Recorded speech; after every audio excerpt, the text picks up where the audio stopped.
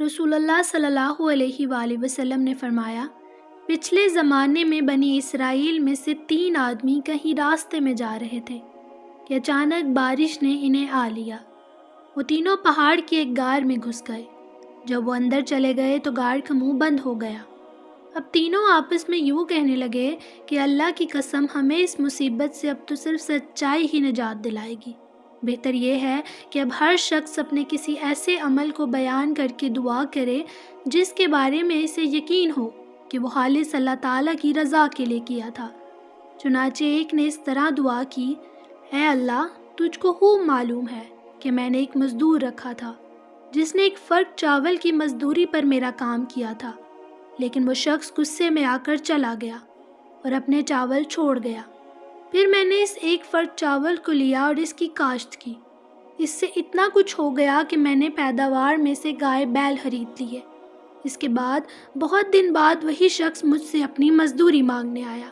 میں نے کہا کہ یہ گائے بیل کھڑے ہیں، ان کو لے جا۔ اس نے کہا کہ میرا تو صرف ایک فرق چاول تم پر ہونا چاہیے تھا۔ میں نے اس سے یہ کہا، یہ سب گائے بیل لے جا، کیونکہ اسی ایک فرق کی آمدنی ہے۔ آخر وہ گائے بیل لے کر چلا گیا۔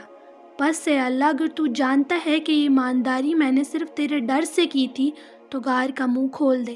چنانچہ اسی وقت وہ پتھر کچھ ہٹ گیا۔ پھر دوسرے نے دعا کی، اے اللہ، تجھے خوب معلوم ہے کہ میرے ماں باپ جب بوڑھے ہو گئے تو میں ان کی خدمت میں روزانہ رات میں اپنی بکریوں کا دودھ لا کر پلایا کرتا تھا۔ ایک دن اتفاق سے میں دیر سے آیا تو وہ سو چکے تھے۔ ادھر میری بیوی اور بچے بھوک سے بلبلا رہے تھے، لیکن میری عادت تھی کہ جب تک والدین کو دودھ نہ پلا لوں بیوی بچوں کو نہیں دیتا تھا۔ مجھے انہیں بیدار کرنا بھی پسند نہیں تھا اور چھوڑنا بھی پسند نہیں تھا، کیونکہ یہی ان کا شام کا کھانا تھا اور اس کے نہ پینے کی وجہ سے وہ کمزور ہو جاتے۔ بس میں ان کا انتظار کرتا رہا اور یہاں تک کہ صبح ہو گئی۔ بس اگر تیرے علم میں بھی میں نے یہ کام تیرے خوف کی وجہ سے کیا تھا تو ہماری مشکل دور کر دے۔ اس وقت پتھر کچھ ہٹ گیا اور آسمان نظر آنے لگا۔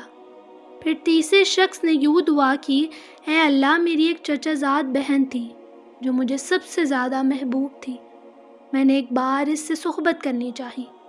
اس نے انکار کیا، مگر اس شرط پر تیار ہوئی کہ میں اسے 100 اشرفی لا کر دوں۔ میں نے یہ رقم حاصل کرنے کے لیے کوشش کی۔ آخر وہ مجھے مل گئی تو میں اس کے پاس آیا اور وہ رقم اس کے حوالے کر دی۔ اس نے مجھے اپنے نفس پر قدرت دے دی۔ جب میں اس کے پاس بیٹھا تو اس نے کہا کہ اللہ سے ڈر اور مہر کو بغیر حق کے نہ توڑ۔ میں یہ سنتے ہی کھڑا ہو گیا اور 100 اشرفی بھی واپس نہیں لی۔ بس اگر تیرے علم میں بھی میں نے یہ عمل تیرے خوف کی وجہ سے کیا تھا تو ہماری مشکل آسان کر دے۔ اللہ تعالیٰ نے ان کی مشکل دور کر دی اور وہ تینوں باہر نکل آئے۔